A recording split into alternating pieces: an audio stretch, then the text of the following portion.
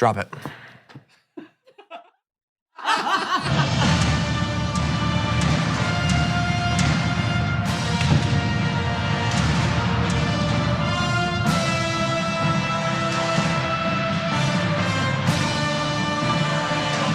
So as will probably become immediately apparent once we launch the topics, I'm not in a mood to do like a fun drop it, which I said before the show.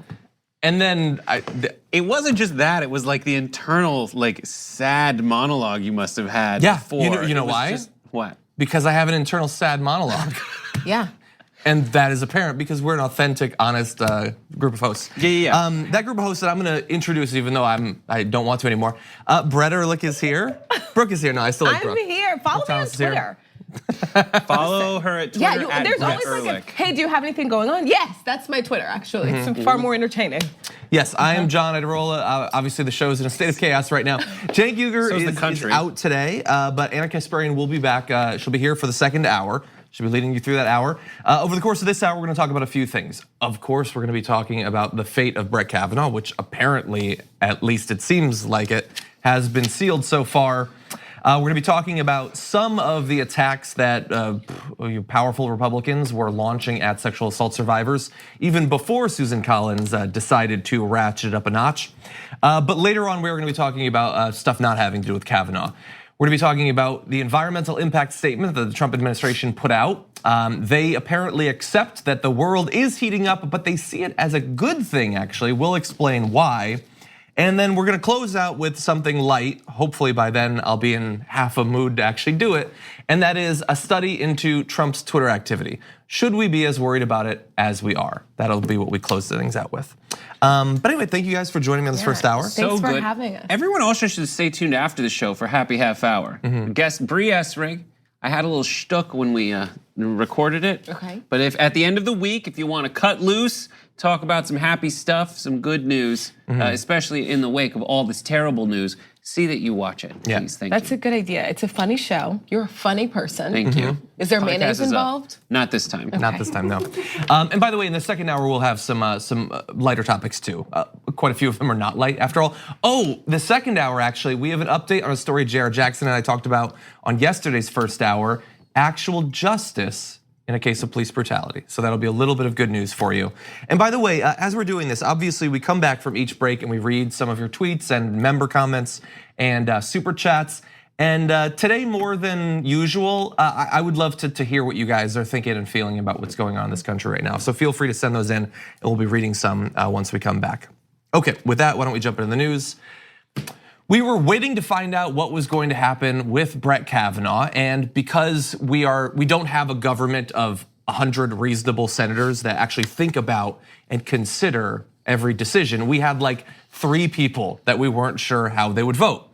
And we came into this day thinking maybe they had been convinced by Christine Blasey Ford and Brett Kavanaugh's testimony, the FBI investigation that came after it, maybe that had swayed them. And so we're waiting to find out how they would vote. Well, very quickly through the course of the day, we figured that out. Here's a little matchup of 2 of those senators. And do you plan to vote yes tomorrow? No, unless something big changed. I don't see what would, but anyway, I'm glad we had a better process. What did you think of my better House process. voting no? Mr. President, I will vote to confirm Judge Kavanaugh. Thank you, Mr. President. So Flake was earlier in the day. Senator Collins, we cut out the first 3.5 hours of her speech and just gave you the important part that she'd been wasting our time with before you just say whether or not you're gonna put the attempted rapist on the Supreme Court. So those are 2 of the big ones. We'll get to others in a bit, but how did you guys react to those? Duh. Really? And this is Flake's thing. It's has been his thing. It's kind of been, and it's frustrating every time. He is very verbal about how almost like against this and disappointed in this administration and this process. And this is not just regarding the Supreme Court nomination. This has been going on for the past 2 years. But if you pay attention, his tweets don't match like what he's done and what he's actually supported and what he believes. He is pretty gosh darn partisan, and that's kind of what's important to him, I think. So I'm not surprised that he kind of put on a show, but then has been, going to do the same thing the whole time. It's like nobody wants to look like Lindsey Graham, but you'll be him. Just how sad and put out he looked. Yeah. Just like this, like what's the matter? Like you didn't do anything. It's Halloween. You added a week to this process, which yielded what? A pretty empty FBI report that by many reports seemed to be limited in scope by the president who tells the FBI what they can and cannot do, in this case anyways. And at the end of it, you didn't do anything. Yeah, and so you saw in his statement, he said, we need a better process. He said it, he very said, we got a better process. Oh, okay, even worse. We got a better process. Susan Collins, in her long speech, the beginning part of it, a lot of it was, this process has become too crazy. It's become too partisan. First of all, at the end of the day, I really don't care about the process. I care about the result. But if you have a problem with the process, look at what end result of the process you have delivered to us. That at the end, it looks like the guy accused of multiple sexual assaults will end up on the Supreme Court. But you're okay with that part of the process. It was, the people were screaming a little bit, or there was partisanship. That's what you're bothered by? There was a long part of her already long speech which made Christine Blasey Ford out to be a bigger victim of the Democrats than she was of Brett Kavanaugh. Yeah. Where she said, I love Dianne Feinstein. She would never leak it, but some bastard did. And in doing that, they made it worse. But so she does, Dianne Feinstein or whoever it was on the Democratic side went against Christine Blasey Ford's wishes in making this public. So Susan Collins is going against Christine Blasey Ford's wishes in making her accused attempted rapist a Supreme Court justice. You can't have it both ways, and they're all kind of, a lot of them with these speeches and these tweets and these announcements and these sound bites. You either believe she's a liar or you believe he's a liar. You cannot have it both ways. And it's all this like long drawn out discussion like, oh, she's such a victim to the process and this. You think she's lying. No. That's why you're like. No, didn't you hear him? It's really convenient the way they have it. They have their cake and they get to eat it too. Right. They have their cake and they get to say, you're just confused, cake. Yeah. Your addled little lady brain doesn't remember how you were made, cake. You were either too crazy or too stupid to actually know who tried to rape you. Yeah. And but don't think that I'm against women. That was the last part of her thing. Was that's the other, I guess that's the eating of the cake, is they want women to think that they respect them and trust them and all that, while saying effectively that they're either wrong or liars. But honestly, at the end of the day, it doesn't matter either way. The guy is going to get on the Supreme Court. I mean, Flake has been kind of doing the same thing the entire time, though. This idea, he sat there and almost in the same breath said, I'm not sure what happened. I'm really confused. I think we need a different process. Oh, yes, I will vote to advance. So I don't understand what any of that. He's also such a moron. Like right in the same sentence. He said he wouldn't have been able to do this very brave act of calling for a week-long delay if he was still running for Senate. Oh my God, that is sad by and itself. Just the end result is sadder, but that was sad too. So look, we're gonna talk again about other senators and all that. I want to talk a little bit more in depth about what Susan Collins said, because I listened to the entirety of it and aged as a result. There were a number of problems. So she went back and for the first, I would say at least 25 minutes, was just talking about all of the problems people said they had with him prior to all of the sexual assault stuff. And what's interesting is that I think the point of this speech is to sort of preemptively defend herself from GOP critiques that could lead to something like a primary the next time she's up. And so she wanted to explain all of those sorts of things. But she also went on the record on almost every issue where we're worried about this guy and said why we shouldn't be worried about these issues. So now, when he gets on the Supreme Court and rules exactly like we know he will, she is on the record naively predicting that he won't do what he's been chosen to do. I mean, there were a couple of issues that were the biggest. So she said, even before his name was out there were left-wing groups who were going to oppose him, as if, of course, there weren't right-wing groups that were going to support him no matter what. Saying that they spent dark money against him. Okay, well, there was far, far more money spent on the right in support of him. She didn't say anything about that. She tried to present him as not only a guy who would respect Roe v. Wade, but in general, he's just a guy who respects precedent. Just really, hold on really fast. That she believes that he was put on a short list by organizations that are far right, radical judicial like trying to push to reshape the Supreme Court, that he was chosen because he respects precedent just so damn much. That is what his judicial philosophy is just even-tempered. We're gonna continue to let things go the way they are. That is why the far right was saying to Donald Trump that you have to choose this guy.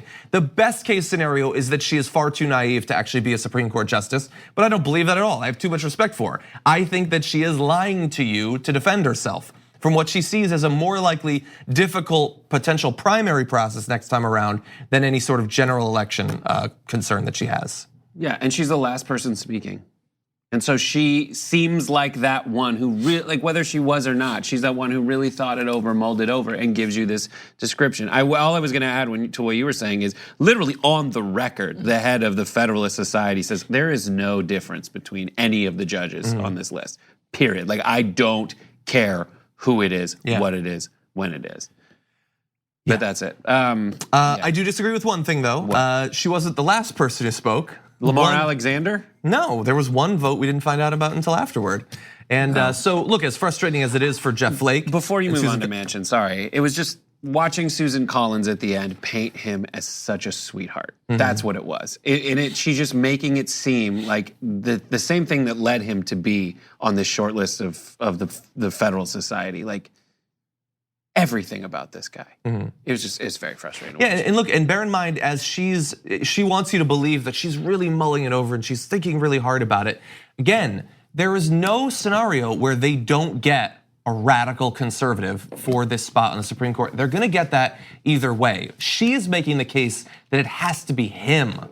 And she says that people's faith in the Supreme Court would go down if he doesn't make it on the Supreme Court. This guy that ranted and raved and cried and sniffled his way through his testimony, that if that guy doesn't get on, people's respect and trust in the Supreme Court will be irreparably harmed. I have those fears. I have concerns about the legitimacy of the Supreme Court. And I think a lot of people do, but they don't run in the direction that she seems to think that they do. Right. Okay, so let's move on then. Jeff Flake, Susan Collins are voting in support of Kavanaugh. Lisa Murkowski says that she won't. And she said that early enough in the day that it provided, I guess, some hope maybe that if others pile on, we can actually stop him. And we were talking about how late in the game Susan Collins was with her speech when she finally announced that she would in fact support him. There was one person who came out afterward, that was Joe Manchin, bold, strong senator waiting until he knows exactly where all the other swing votes are going before he comes out and tweets, "I will vote to support Supreme Court nominee Judge Brett Kavanaugh." Yeah. Yeah. I don't understand why he calls himself a Democrat.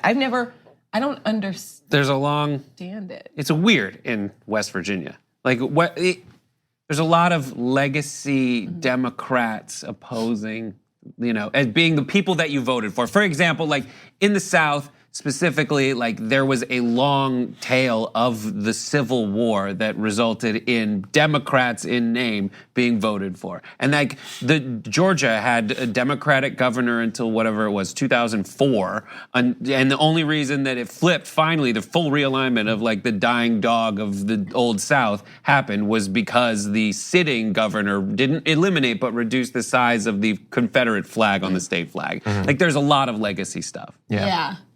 I think in the media and just in general, he's kind of talked about as this bipartisan politician in this red area, but I don't think history has shown that. Well, I mean, when it comes down to like healthcare, he's on our side. Okay. And he does it in a very Joe Manchin way. I mean, it's tough to be Joe Manchin. I know that he gets a lot of flack, and it is difficult to be a Democrat in West Virginia. It is to be elected senator. It is, but I don't think it's that difficult. So like the whole time this has been talked about as he is thinking about his political future. Can he win in November?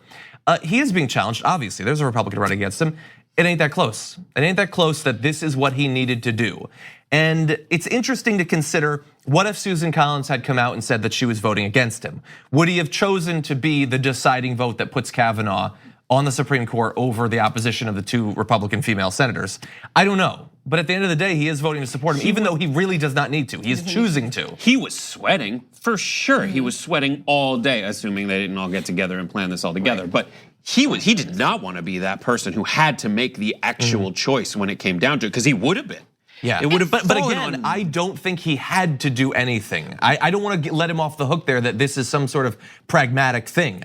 I think he is choosing to put him on. I think that Joe Manchin could have gotten away. I said this off camera too. Like he could have gotten away in a very Joe Manchin style with saying, "I just didn't like the look of the guy. I didn't like to see him cry. I didn't like to see him go up and do all that stuff. And they can throw another one at me, and I'll go at that person the same way I go at every decision I do right here." Yeah. Like that's how Joe Manchin is. Yeah. Yeah. And while he says that, everyone can speculate like it's just looking out for Joe Manchin to make sure he gets reelected. But that's his skill. That's where he's gotten, and that's how he's gotten there. Yeah. Can I just, like, something that bothers me and that has always bothered me kind of when it comes to like these big decisions that senators have to make when it comes up to heading into votes.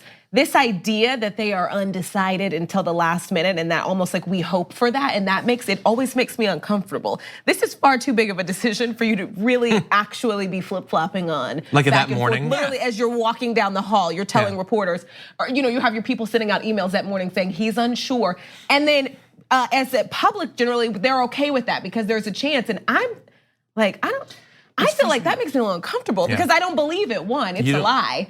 And then two, I don't want that. I want you, this is something I want you to be really sure about for a long time. Well, they are thinking really hard about it, I believe, but I think they're thinking more of the political calculus of reelection, more than they are what is the right or wrong thing to do. And Including Collins. Including Collins, but especially like Flake. What's Flake doing now? Well, Flake is gonna run for governor of Arizona, president of the United States, something like that. And so his political aspirations are not over. Right. And he's carefully calculating all of that as it presents in this. In each of these cases, I just can't wait to see who is going to challenge them. Whether it's Susan Arpaio. Collins when she goes back, or oh God, or Flake, whatever. And again, as we talked about in the damage report this morning, the idea that Jeff Flake looks out at America and thinks, I could be president. You moron. What do you think? You have no idea what country you even live in anymore that you think that you could be president. I want to attack Joe Manchin just a little bit more because he didn't just say he's going to vote to support Judge Kavanaugh. He also said, I believe Dr. Ford, something happened to Dr. Ford. I don't believe the facts show it was Brett Kavanaugh. You just need to put the last part because you don't actually mean the first part. You don't believe Dr. Ford if you say that she is so mixed up that she has no clue who she thought has attempted to rape her 36 years ago. And that she's thought for most of her life that this guy tried to rape her, and she is so wrong or so stupid or so crazy that she thinks that you don't actually believe her. You're calling her a liar. You're just essentially calling her an accidental liar. Yeah. Calling her a liar. No, That's what this you is say. the You don't result. believe her, yeah. This is the result of many people on the right just putting lures out in the water that you can go gravitate to and get hooked on. The doppelganger theory. The doppelganger theory is one. The other one is less specific than the doppelganger. They tried that one. That was a little weird. We need to talk about a relatively new show called the Republic, or UNFTR. As a Young Turks fan, you already know that the government, the media, and corporations are constantly peddling lies that serve the interests of the rich and powerful.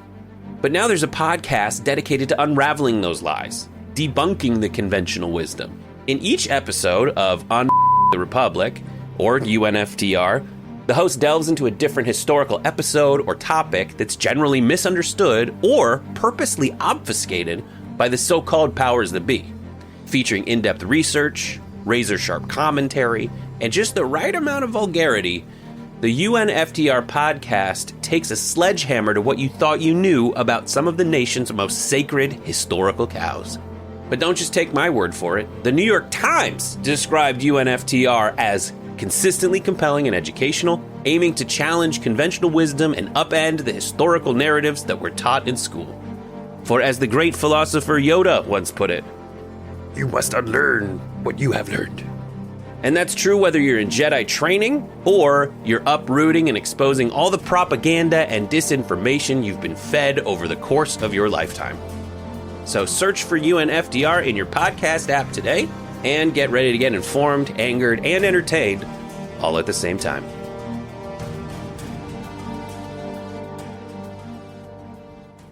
But the other one was, this is a very traumatic thing. I wish she could provide more information. He seems to know for sure and she doesn't. Blah, blah, blah. 1,000 things. Tough to be a man in the world. they're coming after us, but 7 background checks, they just cast a bunch of lures. And Joe Manchin was like, I like that one. I'm not really gonna think about what it means if I parse it out. Yeah. And look, your constituents, the people who vote you in regardless, like they deserve your honesty, not these carefully like PR created like paragraphs. And we're doing so much just like breaking down just these ridiculous statements. Like I think that people who you represent deserve honesty. It's not even, I can't even focus on the frustration of where you're voting. It's just how you're talking to the general public. That's a problem. And who thinks, leftist, right, doesn't matter. Who thinks that he was just actually doing what he believes? Nobody thinks that on any part of the spectrum. By the way, as soon as he tweeted that, this thing that he did supposedly to get some right-wing support, Donald Trump Jr. tweeted that he's Lion Joe Manchin and all that. So great move there, strategically. You are this expert chess player that's teaching us all about how to stay alive in the South. Looks like it's gonna work for you there. That is called, never mind. Well, I want to say just a little bit. So we've talked for a long time about how bad Joe Manchin is. He faced a strong primary challenge, Paula Jane Swearengin, earlier this year. I wish that she had been able to beat him. He apparently feels emboldened to do whatever he wants for the next 6 years. He will be challenged again. Hopefully, he'll be taken down. Now, we've always known he's bad. There's a few others that are bad, but look at this. He is literally the worst Democrat, and he's so bad that he's not even as good on this issue as Lisa Murkowski. He's not even as good as one, possibly in their hearts, a few other Republicans. That's how bad he is. Now, I will say one of the reasons that it bothers us so much is that this was so obviously a case where you cannot justify voting for him, that he is the only Democrat that we believe is actually going to do it. There was one Republican who votes against Kavanaugh, one Democrat who votes for him. So numerically, the parties are about as opposite on this as you could possibly be. And even under that situation, where it was so clear, so easy, he has to go with the Republicans. The calculus of it, state to state, comes down to people who are going to vote or not vote for these folks.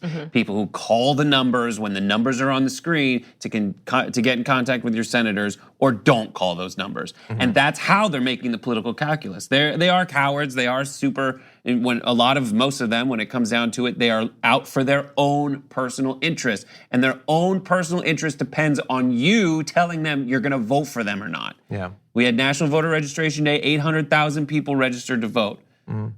I mean, there are more of us than there are of them. Numbers. They gerrymander whatever. This is a senatorial race. You're going to vote for your senator, for your state. Yeah, and at the end of the day, it does come down to pressure. We know that with Lisa Murkowski, a lot of her constituents were putting pressure on her. And we know the head of the DNC, when asked about if the DNC would still support candidates that support Kavanaugh, I think like a week ago, he said, yeah, it's not going to be anything that disqualifies you. So that stops some of the pressure from being put on Joe Manchin. You got to get out there to vote. Yeah. You got a month. The entire thing is so frustrating, and I imagine again the continually, like, her speech was so insulting, so condescending, at the same time attempting to protect her from criticism on this issue. Like, I imagine again, as this whole process has been, if you have survived sexual assault, watching this, it has got to be so demoralizing. She said in her argument that, oh guys, Kavanaugh voted with Merrick Garland 93% of the time. Well, Susan Collins, if there's no difference between those two, why the hell didn't you vote for friggin' Merrick Garland? Right. Yeah, she left out her involvement in that Republican scheme to steal that seat. They have all left that out over and over and over. And that's, guys, I gotta keep it real. It's about them having control in Congress. Everything that Mitch McConnell did along the way in order to delay Merrick Garland was because they have control of Congress. And the way to change them having control in Congress is for you to get off your buns and go vote. Yeah, I mean, overall, I think people did a great job. I mean, the fact that we got the testimony at all was because of the pressure people put on them. The fact that we got the FBI investigation, whatever it was worth, was again because of the pressure. It, in the end, looks like it's probably not going to be enough, but it's also not done. I mean, there are measures to remove Supreme Court justices. It's far harder than I think a lot of people are being honest about, but it is still possible. So perhaps we will see that exercise at long last. Okay, we're gonna take a short break. When we come back, let's see what Donald Trump and Orrin Hatch were saying to survivors of sexual assault in advance of these big speeches today. After this. Back, everyone. What is that song? Just a couple jams. We almost never have songs that have lyrics. I was very know. weirded out by that. Oh, go through APM Music Library. Yeah, Our I haven't music really. library. Oh, it's great. Okay, well, welcome back, everyone. It's obviously Brooke and Brett and myself. I want to read some of your a good comments squad. first on Super Chat. Let's see. Mario Castaneda said, Manchin's vote on Cav. I better never, ever hear another person say, quote, Bernie's not a Democrat, as if that means anything. Well, that's why I tweeted, what would it actually look like in practice to throw someone out of the party? And I know some people say, we have to be willing to have some diversity and all that, but I think there reaches a point where you should have a minimum standard. And supporting him, it's absolutely crazy.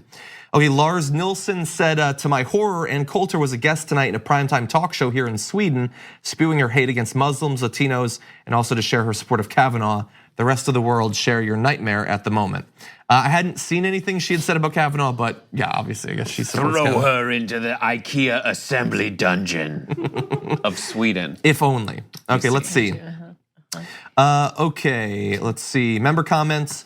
Harvest said the Be a Hero website to replace Susan Collins crashed today because there were so many people crowdfunding. They've already raised $2 million. Love you guys. That is amazing. That's wow. Yeah. I mean, some of that they'd already raised, but I think since her speech, after like an hour, there were $200,000 additional dollars. Wow. So whoever runs against her, and they'll find someone, is going to be well funded, I think. Gabby Marita said Susan Collins sounded like a 65-year-old senator version of a girlfriend justifying the behavior of her obviously abusive boyfriend. Quote, but you just don't understand him. When he's with me, he's such a different person, really. Yeah, she kind of said exactly that, actually. He reassured me on Roe v. Wade. Yeah, well, we'll see about that. We'll see about that. People change, John. I don't know. It's like I was going along at with 60? your bit. Going along with a bit. I don't think so. Yeah, okay, I'll read some more a little bit later on. Very disappointed about the whole thing. Oh, by the way, buddy. There's a lot of different ways that you guys support us and hopefully will continue to support us. We have a new one, by the way, if you'd like to in a slightly different way. You can now donate directly during the live show by clicking on the yes button next to member comments on tyt.com/live. Also, another way to donate, go directly to tyt.com/yes if you'd like to support us and the work that we're doing. Thank you What's like so the much. TYT version of every time you do that, an angel gets its wings? Like what's the? No, it's that. It's just that. We literally an angel. Every wings. time we you have a do great that, deal. Joe Manchin gets stuck in a red light. Just briefly, but it still annoys him. That's the most we can I hope want to for see right that now. dash cam.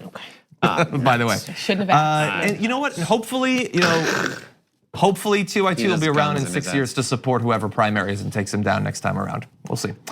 Okay, let's jump back to this morning. Donald Trump has clearly been feeling emboldened to speak out more aggressively against sexual assault survivors. It's been getting worse. Man, imagine how he's going to be now that he knows he has the votes. But anyway, he tweeted this morning about some of the activists who've been speaking out against Kavanaugh. He said this: the very rude elevator screamers are paid professionals only looking to make senators look bad. Don't fall for it. Also, look at all of the professionally made identical signs paid for by Soros and others. These are not signs made in the basement from love. Ew. Hashtag troublemakers. Don't forget the best part. Hashtag troublemakers. So he's talking about the protesters in general, but specifically the two women who spoke with Jeff Flake last week, and in a way that I can't even imagine how you could do it. Just very honestly and openly talked about what had happened to them, about their own experiences with rape and assault. And so they're elevator screamers, paid professionals. So I want you guys to talk specifically about this, but also let's just bear in mind, this is another example of the president of the United States, the most powerful person in the world, just makes up conspiracy theories and just says them. Doesn't care to find out what's the evidence that they're paid professionals, that they're doing this, that all of this protest is not organic at all. These women are lying about their sexual assault. Like, imagine if Obama had said things like that about the Tea Party or whoever. Or if he of course he wore didn't. a He would have tan been, suit. or he wore a tan suit, or if he did a terrorist fist jab with his wife or something like that. So we just accept it. We have a conspiracy theorist as president. That's awesome. But what do you guys think about I this? just still have not gotten used to this kind of casual form of talking to us, like from the Oval Office. I just haven't gotten used to that. Still just even there. And not even getting into what he's saying. Is just looking at this message. I have not gotten used to that yet. There was the fireside chat, and this is like the fire sale chat. Like, I would say the garbage fire chat. Garbage, yeah, the dumpster fire The chat. dumpster fire chat. The dumpster fireside chat. Okay, let's We start need to that bit film over. Back to one. You remember the fireside chats? These are the dumpster fireside chats, and that's what it is. Yeah, I know that some people are like, why do you guys get so bothered by this or whatever? Part of the frustration is seeing it play out after spending 18 months desperately trying to get people to realize how bad things would be under Donald Trump, and now seeing it every day and not being able to just put our heads in the ground and pretend that it's not happening. But to see, and I tweeted something about this yesterday, that we, as a culture, we look for the worst examples of humanity and we shower them with wealth and power and fame, even making them the most powerful person in the executive branch, elevating them to the most powerful positions in the judicial branch. People like Lindsey Graham, these are the most powerful senators in the world. They're the worst people that we can find. And to also have it shouted in our face every morning as this guy continually attacks, again, I guess even we're doing the story. All he's doing here is attacking victims of rape. Right. The president of the United States is saying these goddamn rape victims are getting in our faces and I'm not gonna take it anymore. That is what our president spends his day doing. And that was when he thought he might not have the votes to confirm Kavanaugh. God only knows tonight or tomorrow when he does a rally what he is gonna say about Christine Blasey Ford. Up until this point, it's been his supporters in the media and on Twitter who are calling them lying sluts. But is it impossible that the president of the United States would tweet that his son is gonna tweet that enthusiastically after this?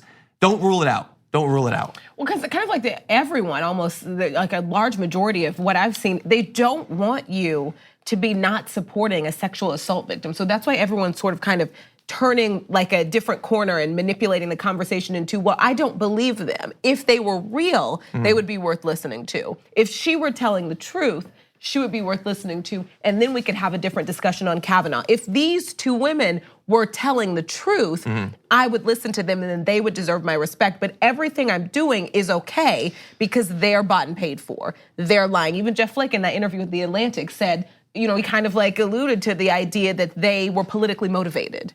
That and so it's all kind of like, no, listen, we're not bad people. We don't believe them. If we believed them, if they were telling the truth, this would be a whole different conversation.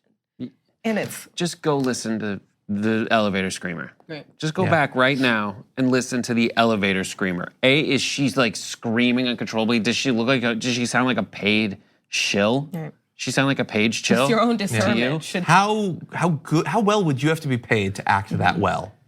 I don't know. I get paid as a Jew in media. I have a helicopter with Soros on the side that I jump in. I actually run up and just it's hovering and I grab the bottom and we just kind of go away into the nothing. So you're doing well, is essentially the question. I'm a paid chill. Thank you, by the way, for mentioning the Soros angle, because I actually forgot about that. Yeah. Mostly it's about the hating the women who've been raped, but there's a little bit of anti-Semitism there too. The biggest part is the abuse, that this is further abusing, survivors / victims of horrible behavior, horrible things. This is, it's kind of awful. It's awful to have this even come out of your mouth for anyone. But that's 100%. But that's how it works. It is the media savvy of the other side. Here's what happened with Christine Blasey Ford. She gave a devastating series of statements, responses to questions during her testimony. Devastating. But it wasn't as viral as like beer. I like beer. Do you like beer? I love beer. Do you get blackout drunk? Right, and so what happened in that case, in the case of Christine Blasey Ford, and in the case of these women who confronted Jeff Flake and gave both undeniably moving, of course they're serious, of course they're real statements. Yeah. In the face of that, all that Trump did was wait 48 hours. Yeah. That's all he did. Totally. And was like, oh, Christine Blasey Ford, where was she? Blah, blah, blah. Where was she, upstairs or downstairs? She already said upstairs, you piece of crap. She said it so many times. So many times. He said, but he says, you're gonna listen to me now, rehash it, because it's been 48 hours. With the women who confronted Flake, it's been 48 hours. Now they're elevator screamers paid for by Soros? Are you kidding me? And he's surrounded, of course, by people who are never going to disagree with him on literally anything. And but let's just briefly go back to the beginning of this national nightmare when he descended down that golden elevator, he was descending to a bunch of paid supporters. They paid $12,000, $50 a head to bring people in to cheer for him. Now, eventually he would get enough, racists and bigots and all that to come enthusiastically to his things. But at that point, he actually paid a group $12,000. People forget about that. And so again, it's projection, as it so often is. But I don't want to leave you with his comments. I want to leave you with the response by one of the two women that was actually talking to Jeff Flake in that video. This is Anna Maria Arquila, who said, "No one can pay for someone's lived experiences. The pain, the trauma, and the rage that I expressed when I spoke with Senator Jeff Flake in an elevator were my own, and I held it for more than 30 years to protect the people I love from it." So thank you again, Anna Maria, for what you did. I am sorry that unfortunately you and so many others will continually be victimized by this absolute garbage human that we've made president. That said, why don't we move to Hatch? Senator Orrin Hatch didn't want to be left out of this new trend of Republicans mocking and attacking victims of sexual assault. So when he was approached by some protesters earlier today, he responded in his own way, as you'll see. Don't sleep with it. Why aren't you brave enough to talk to us and exchange with us? Don't you wave your hand at me. I wave my hand at you. When you grow up, I'll be glad. When I grow up, how dare you talk to women that way? How dare you? That first, how dare you? That's right. You just wasted us. So as much as we are really frustrated with Jeff Flake and all that, his response sure seems good in comparison. He did that to them. Then he said, "When you grow up, I'll talk to you." Remember, he's talking to women that, whether he thinks they're being honest or not, are presenting themselves as victims of rape. And he says, "When you grow up, I'll talk to you." And then, as he goes away in the elevator, as condescending a series of gestures and words as is imaginable. Like, stop. Orrin Hatch is Superman. There is like this steel fence around him. Like, do you know how long he's been in this position? It almost just like manipulates the idea that senators are in place to be your voice. He is just, he's solid. He's doing what he wants. Gives no F's. He's been able to do what he wants for years, and that is the response you get when people get comfortable. And how could you not get comfortable if there has never been even like a serious challenge? Yeah. I mean, in his defense, I'm not surprised by this. I'm sorry. They weren't attractive enough witnesses to him, apparently. Right, it's like, right. This is the same. I mean, and he says that about everyone, and it's like he can say he can do what he wants. He's 1,000 years old, and I don't say that to be ageist or anything. He's 1,000 years old, and he's been in his position for 998 years. Like, that's what it seems. Selected young. Yeah, he was one of those 2-year-old. I don't know. He's been for 900 years, right? And that comfort of consistently being voted in has allowed him this ability to not have to evolve. Yeah. To not have to change. He is the same person that he's always been. Yeah. And one of the threads that's sort of gone through from even before the sexual assault allegations, people were putting pressure on Susan Collins. That was when they started raising money to eventually fund a challenger to her if she voted in support of him. They have always called it bullying, intimidation. Susan Collins told a reporter earlier today that she felt bullied by the sexual assault victims coming to outside her office. And you see there, and what makes this all like come together is those women have the gall to think that because they themselves have been assaulted or raped, that they have something to say about this. But while they came with their lived experiences, they didn't come with $250,000 checks. And so they don't deserve respect. Orrin Hatch doesn't care what they went through. They're not funding his campaign, so what's the difference? Susan Collins, has she ever had a lobbying group give $1 million to her and say, "Hey, why are you putting so much pressure and speech on me?" Now, she's always been fine with that. It's just when it's real people that it suddenly becomes an issue. And then words matter too. The principal of the elementary school cannot ever, no matter how horribly ill-behaved, be bullied by a kindergartner. Like, do you know what I mean? Just like the position of power matters here. And that's stop. And that's it. And that's what they're complaining about. Right. Like when I hear people on the right, like, it's so hard to be a man right now. It's so hard to be in these positions. That's what he's talking about.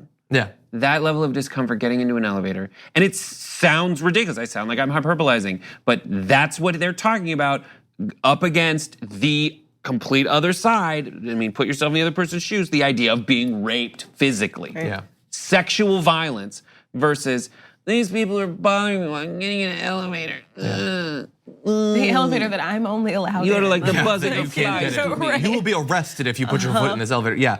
The whining. They said for days now, this man's life has been destroyed. It's ruined. He'll never recover. It looks like tomorrow he's going to get in the Supreme Court. Ruined forever. And so. At TYT, we frequently talk about all the ways that big tech companies are taking control of our online lives, constantly monitoring us and storing and selling our data. But that doesn't mean we have to let them. It's possible to stay anonymous online and hide your data from the prying eyes of big tech. And one of the best ways is with ExpressVPN. ExpressVPN hides your IP address, making your activity more difficult to trace and sell to advertisers. ExpressVPN also encrypts 100% of your network data to protect you from eavesdroppers and cyber criminals. And it's also easy to install. A single mouse click protects all your devices. But listen, guys, this is important. ExpressVPN is rated #1 by CNET and Wired magazine. So take back control of your life online and secure your data with a top VPN solution available, ExpressVPN. And if you go to expressvpn.com/TYT, you can get 3 extra months for free with this exclusive link just for TYT fans. That's expressvpn.com/TYT. Check it out today. I've been saying quite a bit recently that I see this as like the counterattack to the Me Too movement, and I hope that women come back at them even stronger. But at the same time, while men need to be allies in that, we also need to engage in our own war, which is to fight this whiny, pathetic version of masculinity that the right has taken up, because it is helping to destroy this country. They are so convinced of their own victimhood and that everybody's attacking us. The gay people are attacking us, the women are attacking us, racial minorities are attacking us. When are people gonna think about us who have had control over the majority of the Earth's surface for literally thousands of years?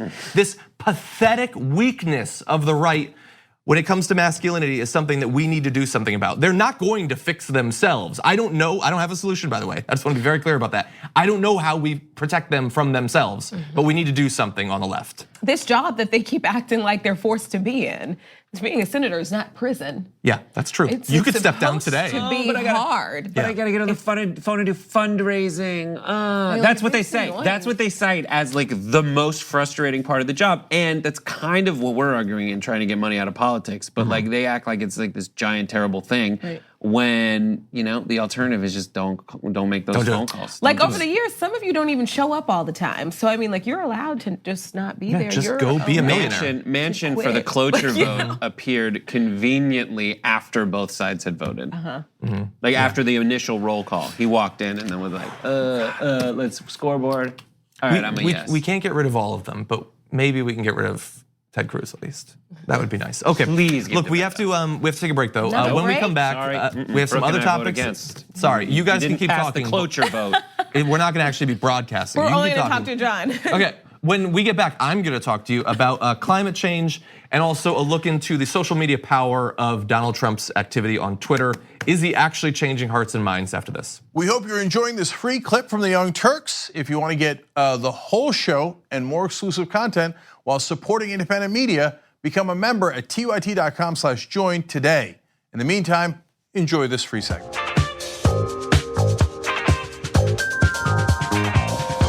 Welcome back, everyone. Not much time remaining, but we've got a little bit more for you. Hopefully a couple more stories with myself and Brooke and Brett. Before we get to that, I want to read some of your comments. A couple people sent in super chats. Gina Dam said, people still say it's a he said, she said, but it isn't. He is now a proven liar and she isn't. It's the same reason we can't believe Agent Orange anymore. And Amanda Becker said, as a survivor of sexual assault, the last few weeks have torn open, healed scars, and today proved why so many of us don't come forward. I totally get why you would feel that. Hopefully, at the same time, seeing that so many people do support and trust and believe people are coming out with these stories, hopefully will provide at least a little bit of solace, but I certainly understand. And let's see, Zero Divisor says, may as well vote for the Republican in West Virginia. Blue no matter who gets you nothing. I mean, I disagree. Like he did vote against the repeal of the ACA, but I would vote for almost any other Democrat over him. I would do that. We come down differently on this, but yes. Where? I just feel like you should primary like people like Alexandria Ocasio-Cortez did. It's tough to beat Manchin. You would need to. I don't say it's impossible to have a populist leftist Democrat in office there. So that's the one. It's not any other Democrat. It is that kind of Democrat. Mm-hmm. Yeah, look, I supported Paula Jean Swearengin when she primaried him. Yeah, and it's not. But don't vote for the Republican. You would have lost health care. That would be worse. But on this particular case, not much worse. But yeah, okay. So why don't we jump back in? Oh, by the way, as you're watching this, you're on the internet, right? You probably spend a good amount of time on the internet. I know I do. You guys probably do too. Did you know the internet has dangers inherent in it? There will just always be laughter in the background as I'm talking. I wish I was as this funny when I want to be as when I'm trying to be serious. You are though. But no, I'm not. It was Craig. It wasn't. I was gonna hold it in. You know what's not funny, is there Brooke? anything I could do to improve my experience on the internet? What you could do is immediately stop talking. That'd be great. Thank you for that segue. You know what's not a joke? Insecurity on the internet. And you know what you can do about it to stop it? Get a VPN. Get a VPN like NordVPN, which uses military-grade encryption, provides literally thousands of servers spread across the face of the earth. So I know we have a lot of international viewers. You too can be protected. You don't have to be local to the US. You can connect up to 6 devices at once. So if you watch, sometimes on your phone, sometimes on your computer, maybe on your laptop too, you can be protected in those cases as well with NordVPN. And by the way, you have an opportunity right now to use code TYT or go to nordvpn.com/TYT to get 66% off, which is absolutely awesome. Also, it's the only VPN to ever receive a perfect score from PC Mag. So hopefully get NordVPN, be a little bit more secure as you're going forward, especially with all the news coming out of things like Facebook. There's some reasons to be worried online lately. With that, why don't we jump back into the news? Mixing it up from the Kavanaugh stuff, although I could keep talking about that for something like 12 hours. Recently, the Trump administration put out an absolutely massive environmental impact statement. That was last month, and in it, they admit that the earth is heating up and the heat is going to be intense. I would describe it as civilization ending. They didn't use those exact words, but the numbers are the same. But don't worry though, they actually see a pretty significant silver lining in this apocalyptic scenario that they're sketching. So first, the facts. The document projects that global temperature will rise by nearly 3.5 degrees Celsius above the average temperature between 1986 and 2005, regardless of whether things like Obama-era tailpipe standards take effect or are frozen for 6 years as they are proposing. Really fast, just bear in mind that 3.5 degrees they're sketching out. Scientists are saying that if we don't keep it to below 2 degrees, we are gonna have major problems in terms of our civilization's ability to continue on this planet. They're saying, no, we're gonna double it, but don't worry. So a comparison, by the way, the global average temperature rose more than 0.5 degrees Celsius between 1880 and 1986. So this is way, way faster of a rate of rise. And so why are they talking about this? Why would the Trump administration, which believes that climate change is a hoax of the Chinese, why would they be even admitting this at all? Well, they have a political objective here. The draft statement was issued by the National Highway Traffic Safety Administration, written to justify President Trump's decision to freeze those federal fuel efficiency standards we were just talking about. They say that while the proposal would increase greenhouse gas emissions, the impact statement says that the policy would add just a very small drop to a very big hot bucket. So yes, obviously this is gonna contribute to climate change. Obviously it's gonna heat the world, but we are already on a path that we are setting that it's gonna screw us over so badly that why bother doing anything at this point? That's their stance. Yeah, I mean, it's also like, they're looking around and the only person amongst them that'll be alive in 2100 is Orrin Hatch. And so it's easy not to care. I made a deal with a bridge troll once. Yeah. Then he gave me life. Unfortunately, I have to drink child blood every morning. That's why I am against abortion. I need more babies to drink from. Jesus. Orrin Hatch. Okay. All right. So anyway, let's read a little bit more of their argument for why we should be okay with changing these Obama-era fuel efficiency standards. They say the world would have to make deep cuts in carbon emissions to avoid this drastic warming, and that would require substantial increases in technology innovation and adoption compared to today's levels, and would require the economy and the vehicle fleet to move away from the use of fossil fuels, which is not currently technologically feasible or economically feasible. What I love is self-fulfilling prophecies. So they're saying people aren't going to switch over to cleaner forms of energy while pushing policies that make it far less likely that that would ever actually happen. That is a delightful closed circle they've set up for themselves there. People follow us. We're America. People have followed us in the past. The Paris Climate Accord was intended on doing this. In terms of getting away from fossil fuels when it comes to cars, just look at other countries. They have committed to amazingly ambitious climate standards over the next however many years. Just it takes very little time to go look that up. People like Sweden, India, they've all made agreements where they will curtail their overall emissions. In Europe alone, there are many countries that have said we are going to get out of having fossil fuel dependent cars by 2040, 2050, something like that. Yeah.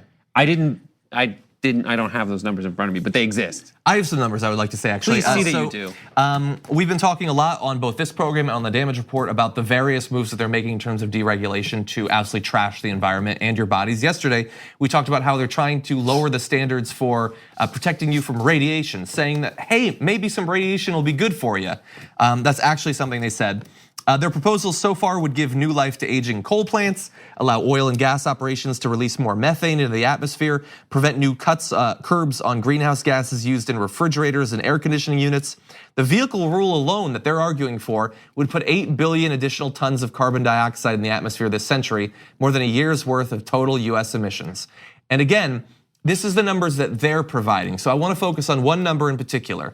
And what they said is, I believe it's 709 parts per million in the atmosphere of carbon. That is what they're saying we are on path to have by 2100, as they're arguing for more emissions, by the way. Let's bring up this chart. You've probably seen this before in things like An Inconvenient Truth.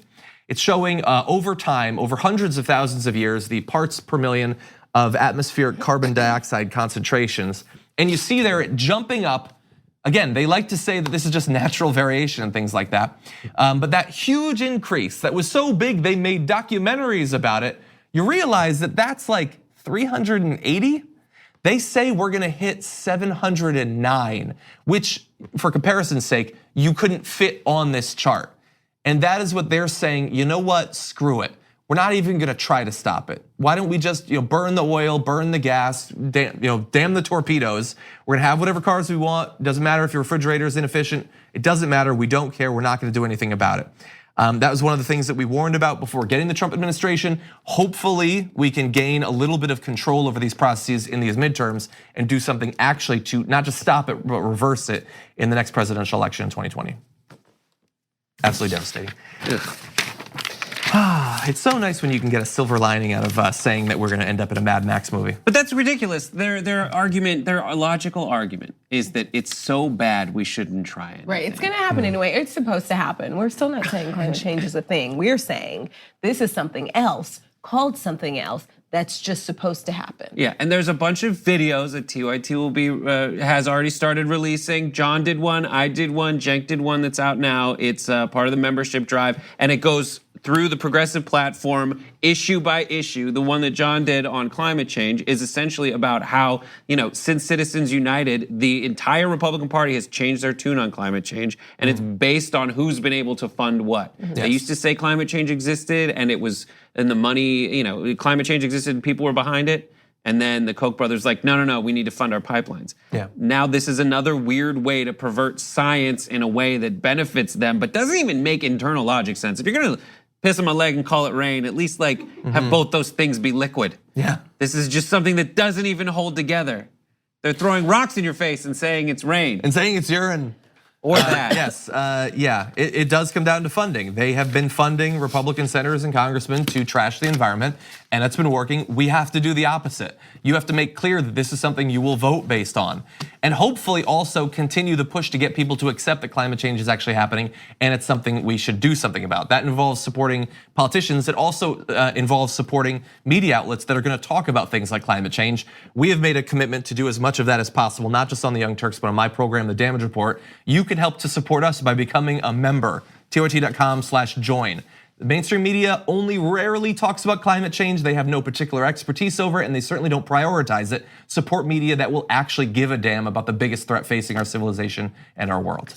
Unfortunately, we don't have more time. I wish that we could do that last story, but thank you, both Brooke and Brett, for joining us. Watch Happy Half Hour a little bit later on the day. Yes. Follow Brooke Thomas. Yes. Brooke follow on me air. Twitter. Yes. On Twitter. Because John tweeted the wrong person for the first, 3 months we knew each other. No, I didn't. You did. What did Did you I say really? that? You Why did, why yeah. didn't you say anything? She wasn't getting the tweets, dude. Was it a Brooke Thomas? It was Brooke that's Thomas. Yeah. Oh. It was, so. Okay, well, I feel really stupid right now. Oh, it's funny. Watch it the was funny damage to report me. every morning at 11 a.m. on 10 a.m. When are we on? 10 a.m. 10 Pacific, a.m. 1 10 a.m., p.m. Eastern. the It's a show good today. show. They don't know what He time works it on the airs, show. but it's a really good show. Yeah, well, or you can follow on the podcast. Okay, thank you guys. Monday.